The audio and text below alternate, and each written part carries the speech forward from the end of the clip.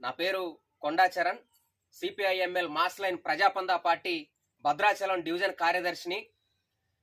తెలంగాణ రాష్ట్ర ప్రభుత్వం ప్రజలకు ఇసుక అందుబాటులో ఉండాలని, ఇసుక లేనందువల్ల ప్రజలు ఇబ్బంది పడొద్దని, ఇల్లు కట్టుకోవడం కోసం, ఇతర నిర్మాణాలు ప్రజలు చేపట్టుకోవడం కోసం నిరంతరం ప్రజలకి ఇసుక అందుబాటులోకి తీసుకురావడం కోసం ఉచితంగా ఇసుకని ఇస్తాం అని చెప్పేసి చెప్పింది.